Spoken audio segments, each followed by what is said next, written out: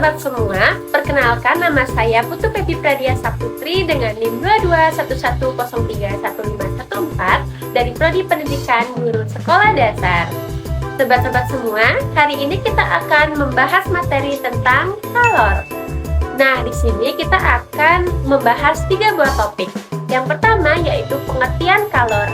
Yang kedua, jenis-jenis perpindahan kalor dan contoh perpindahan kalor dalam kehidupan sehari-hari. Yang ketiga, kita akan membahas tentang dampak positif dan negatif dari kalor. Nah, sobat-sobat semua, dengan perkembangan teknologi saat ini, kita juga menggunakan banyak alat yang memanfaatkan kalor loh, seperti kompor, oven, atau bahkan air panas dari termos. Dalam kehidupan sehari-hari, kalor membantu kita memasak makanan, memanaskan air, dan banyak hal lainnya. Hari ini kita akan mempelajari lebih dalam tentang kalor. Nah, sebelum kita masuk ke pembahasan materi, apakah sobat-sobat tahu apa itu kalor? Sobat-sobat, pernahkah kalian berpikir bagaimana kita bisa merasa hangat ketika berada di dekat api unggun? Atau bagaimana es batu bisa mencair saat berada di luar lemari pendingin? Semua ini terjadi karena adanya sesuatu yang disebut dengan kalor. Kalor adalah energi panas yang berpindah dari suatu benda yang bersuhu lebih tinggi ke benda yang bersuhu lebih rendah. Benda-benda di sekitar kita ada yang bisa menghantarkan panas, ada juga yang tidak bisa menghantarkan panas. Benda yang bisa menghantarkan panas disebut dengan konduktor. Contoh benda konduktor itu adalah tembaga, besi, air, timah, dan aluminium. Sementara itu, benda-benda yang tidak bisa menghantarkan panas disebut juga dengan isolator. Contoh benda isolator adalah plastik, kayu, karet, kertas, ban, dan lainnya. Kalor berpindah melalui 3 cara perpindahan. Apa saja sih perpindahan tersebut? Jenis perpindahan kalor yang pertama adalah konduksi. Konduksi adalah cara perpindahan panas melalui zat padat yang tidak ikut mengalami perpindahan partikel. Artinya, perpindahan kalor pada suatu zat tersebut tidak disertai dengan perpindahan partikel-partikelnya, sobat. Jadi, sobat-sobat semua, kita tidak bisa melihat partikel itu bergerak-gerak berpindah. Contoh, saat kita mengaduk air panas dengan sendok, tangan kita lama-kelamaan akan terasa panas karena panas berpindah dari sendok ke tangan kita.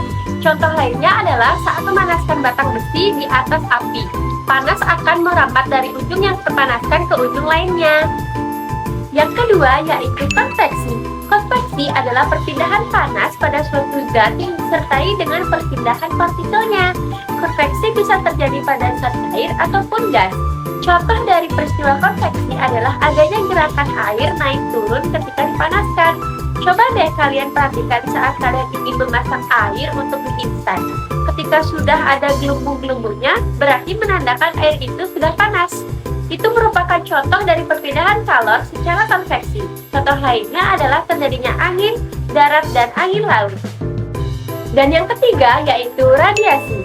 Radiasi adalah perpindahan panas tanpa zat perantara. Contohnya, tubuh terasa hangat ketika berada di dekat api unggun yang sedang menyala. Kemudian contoh lainnya yaitu perpindahan panas dari sinar matahari ke permukaan bumi. Kalian pernah kan menjemur pakaian? Saat pakaian yang basah dijemur di bawah teriknya matahari, pakaian tersebut pasti akan kering. Nah, itu tadi jenis sekaligus contoh dari perpindahan kalor. Sobat-sobat, kalian tahu tidak? Ternyata kalor juga ada dampaknya loh. Apa saja sih dampaknya? Dampak pertama yaitu dampak positif.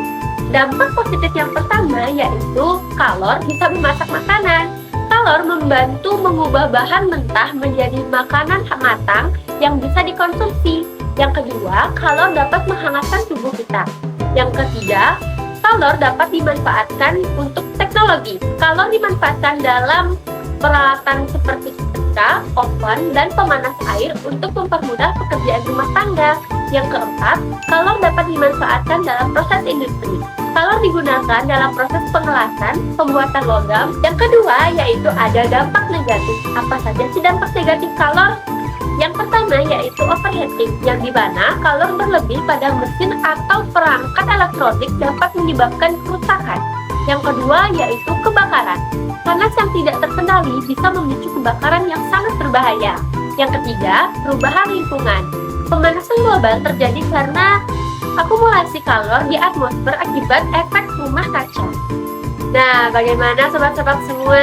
Apakah kalian sudah paham terkait materi kalor hari ini? Sobat-sobat, ingat ya bahwa kalor atau panas itu sangat bermanfaat, tapi juga bisa berbahaya jika tidak digunakan dengan hati-hati. Jangan pernah bermain dengan api atau benda panas dan selalu minta bantuan orang dewasa saat menggunakan alat yang menghasilkan panas, seperti kompor atau setrika. Keselamatan kalian adalah yang paling penting. Baik, sobat-sobat, sekian materi yang saya sampaikan pada hari ini. Sampai jumpa di lain waktu ya. Dadah!